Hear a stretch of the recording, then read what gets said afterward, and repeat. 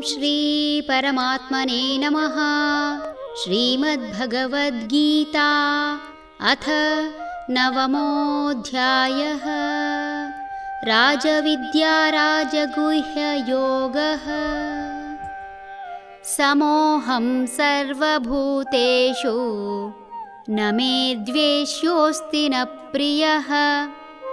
ಯೇ ಭಜಂತಿ ತು ಮಾಂ ಭಕ್ತ್ಯಾ ಮಯಿ ತೇ ತೇಷು ಚಾಪ್ಯಹಂ. ಎಲ್ಲ ಜೀವರಾಶಿಗಳಲ್ಲಿ ನಾನು ಸಮಾನನಾಗಿದ್ದೇನೆ. ನನಗೆ ಯಾರ ಮೇಲೂ ದ್ವೇಷವೂ ಇಲ್ಲ, ಪ್ರೀತಿಯೂ ಇಲ್ಲ. ಆದರೆ ಭಕ್ತಿಪೂರ್ವಕವಾಗಿ ನನ್ನನ್ನು ಭಜಿಸುವ ಜನರಲ್ಲಿ ನಾನಿರುತ್ತೇನೆ, ನನ್ನಲ್ಲಿ ಅವರಿರುತ್ತಾರೆ.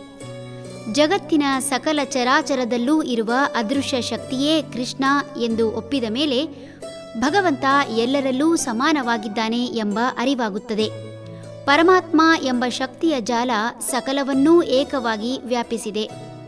ಒಂದಕ್ಕೆ ಹೆಚ್ಚು ಇನ್ನೊಂದಕ್ಕೆ ಕಡಿಮೆ ಎಂಬ ತಾರತಮ್ಯವಿಲ್ಲ. ವಿದ್ಯುತ್ ಜಾಲದಿಂದ ಬರುವ ವಿದ್ಯುತ್ ನಿರ್ವಾಹಕನ ಕೈಚಳಕದಿಂದ ಏರುಪೇರಾಗಿ ಒಂದು ವಿಭಾಗಕ್ಕೆ ಹೆಚ್ಚು ಅಥವಾ ನಿರಂತರ ಹರಿಯುವಿಕೆಯ ಭೇದ ಭಾವ ಇರಬಹುದು. ಆದರೆ ಭಗವಂತನೆಂಬ ಶಕ್ತಿ ಎಲ್ಲರಲ್ಲೂ ಒಂದೇ. ಭಗವಂತನೆಂಬ ಈ ಶಕ್ತಿ ತಟಸ್ಥ. ಈ ಶಕ್ತಿಗೆ ರಾಗದ್ವೇಷಗಳಿಲ್ಲ. ಆದರೆ ಭಕ್ತಿಗೆ ತಾನು ಒಲಿಯುತ್ತೇನೆ ಎನ್ನುತ್ತಾ ಭಕ್ತಿಗೆ ವಿಶೇಷತೆ ಕಲ್ಪಿಸುತ್ತಿದ್ದಾನೆ.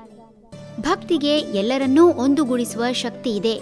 ದ್ವೇಷ ಮನುಷ್ಯರನ್ನು ಪ್ರತ್ಯೇಕಿಸಿದರೆ ಭಕ್ತಿ ಅರ್ಥಾತ್ ಪರಮ ಪ್ರೀತಿ ಎಲ್ಲರನ್ನೂ ಒಂದುಗೂಡಿಸಿ ಪರಸ್ಪರ ಸಹಾಯ ಸಹಕಾರಕ್ಕೆ ಕಾರಣವಾಗುತ್ತದೆ. ಪ್ರೀತಿಯಲ್ಲಿ ತ್ಯಾಗವಿದೆ. ಪ್ರೀತಿಗೆ ಕ್ಷಮಿಸುವ ಗುಣವಿದೆ. ಯಾವುದೇ ಉದ್ದೇಶವನ್ನಿಟ್ಟು ಭಕ್ತಿ ತೋರಿಸಿದರೆ ಅದು ವ್ಯಾಮೋಹ ಆದೀತೆ ಹೊರತು ಭಕ್ತಿಯಾಗಲು ಸಾಧ್ಯವಿಲ್ಲ. ಭಗವಂತನಲ್ಲಿ ಯಾವುದೇ ಕೋರಿಕೆ ಇಡದೆ ಮನಸ್ಸಿಟ್ಟರೆ ಸಾಕು. ಈ ಜಗತ್ತಿನಲ್ಲಿ ಅನಾಯಾಸವಾಗಿ ಬದುಕಬಹುದು. ಕಾರಣ ಭಗವಂತನಲ್ಲಿ ಶರಣಾದ ಮನಸ್ಸು ಭಗವಂತನಲ್ಲಿ ಐಕ್ಯವಾಗಿ ಸದಾ ಆನಂದ ಹೊಂದಿ ಪರಿಸರಕ್ಕನುಗುಣವಾದ ಕಾರ್ಯಗಳು ಅನಾಯಾಸವಾಗಿ ನಡೆಯುತ್ತದೆ. ಹರಿ ಓಂ ತತ್ಸತ್.